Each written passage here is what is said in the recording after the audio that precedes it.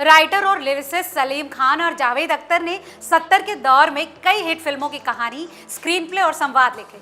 कई मायनों में इस जोड़ी ने हिंदी सिनेमा में चली आ रही परंपराओं को तोड़ा और अपने लिए एक खास जगह बनाई। फिल्म के कलाकारों को परिभाषित करने वाला ये शब्द स्टारडम सलीम जावेद से पहले शायद किसी लेखक को नहीं मिला, मगर कामयाबी की बुलंदी पर पहुंचकर ये जोड़ी अचानक टूट गई। आज के इस वीडियो में हम बात करेंगे मशहूर राइटर और लिरिसिस्ट की जोड़ी से जुड़े दिलचस्प किस्सों और उस वजह के बारे में जिसके चलते ये दमदार जोड़ी हमेशा के लिए अलग हो गई।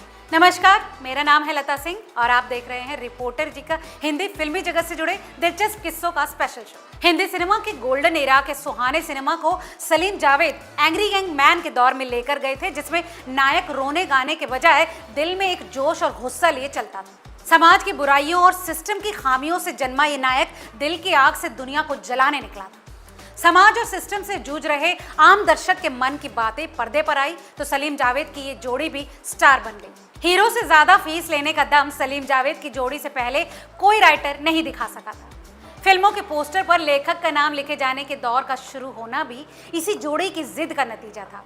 हीरो जो भी हो, निर्देशक कोई भी हो, लेकिन फिल्म सलीम जावेद के नाम से ही बिकती थी। आज की बात करें तो आज के दौर में किसी फिल्म के राइटर के लिए ऐसे स्टारडम की कल्पना भी करना मुश्किल है। प्राइम वीडियो की docu series angry young man the Salim Javed story इस लेखक जोड़ी के उसी सुनहरे दौर में दर्शकों को लेकर जाती है। सलीम खान और जावेद अख्तर भले ही दो अलग शख्सियत थे, मगर दोनों की जिंदगी तकरीबन एक जैसी रही। सलीम फिल्मों के असफल हीरो थे तो जावेद अख्तर स्ट्रगलिंग असिस्टेंट। दोनों ने बचपन में मां को खो दिया था। फिल्मों में करियर बनाने के लिए निकले तो घर से भागे और संघर्ष किया। इस बारे में बात करते हुए जावेद अख्तर की आंखें नम हो जाती हैं। फिल्म सरहदी लुटेरा की मेकिंग के दौरान ये दोनों मिले। महज 5,000 रुपए में पहली फिल्म के लिए घोस्ट राइटिंग की और जोड़ी बन गई। अंदाज, हाथी मेरा साथी, सीता और गीता के बाद 1973 में जंजीर आई, जिसके जरिए सलीम जावेद ने सिनेमा को एंग्री यंग मैन दिया। दीवार और त्रिशूल जैसी फिल्मों के साथ इसे आगे बढ़ाया।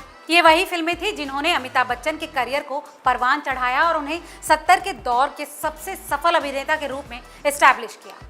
जंजीर से पहले अमिताभ बच्चन एक फ्लॉप एक्टर थे, इतना कि कोई हीरोइन उनके साथ काम करना नहीं चाहती।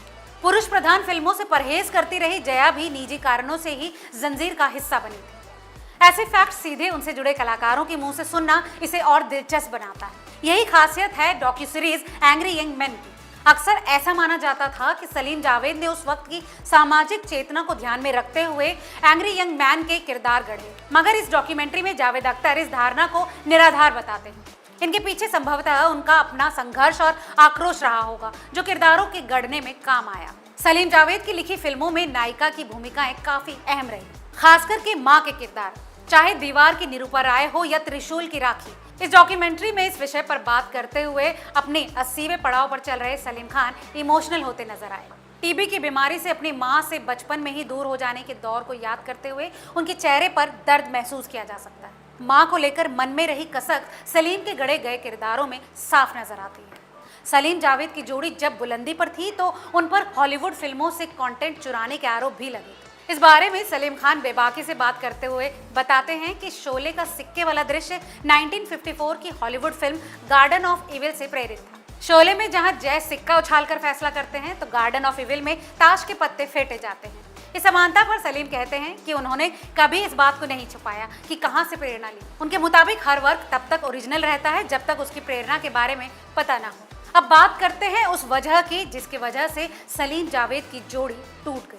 एक सफल लेखक जोड़ी के तौर पर 22 ब्लॉकबस्टर फिल्म देने के बाद जब ये जोड़ी टूटी तो सिनेमाघर मालिकों से लेकर निर्माता और कलाकार सभी सकते में आ गए, क्योंकि उस वक्त फिल्मों की कामयाबी काफी हद तक इस जोड़ी पर टिकी रहती थी। सलमान बताते हैं कि एक शाम सलीम घर पर आते हैं और माँ सलमा को बताते हैं कि वो अलग हो रहे हैं। इस बारे में सलीम और जावेद ने ना पहले कुछ बोला था और ना ही अपनी डॉक्यूमेंट्री में इसको स्पष्ट किया। जिस वक्त सलीम जावेद की ये जोड़ी टूटी, लगभग उसी समय हनी ईरानी के साथ जावेद अख्तर की शादी भी टूटी। इस डॉक्यूमेंट्री में इस बारे में बात की गई। एक्ट्रेस शबाना आजमी उस दौर को याद करते हुए बताती हैं कि उन्हें होम मेकर कहा गया था, मगर उन्होंने इस पर कुछ खास नहीं बोला। वहीं हनी ईरानी की तारीफ करते हुए वो कहती हैं कि उन्होंने कभी बच्चों के सामने अपने पिता की नेगेटिव छवि नहीं बनने दी। सलीम खान भी हेलन के साथ अपनी दूसरी शादी के बारे में बात करते हैं। हेलन बताती हैं कि पहली बार दोनों फिल्म काबली खान के सेट पर मिले थे। हेलन हीरोइन थी और सलीम खान विलेन। तो कहीं ना कहीं हर बार की तरह इस बार भी दोनों राइटर्स अपनी जोड़ी टूटने के विषय में बात करते हुए कतराते हुए नजर आए।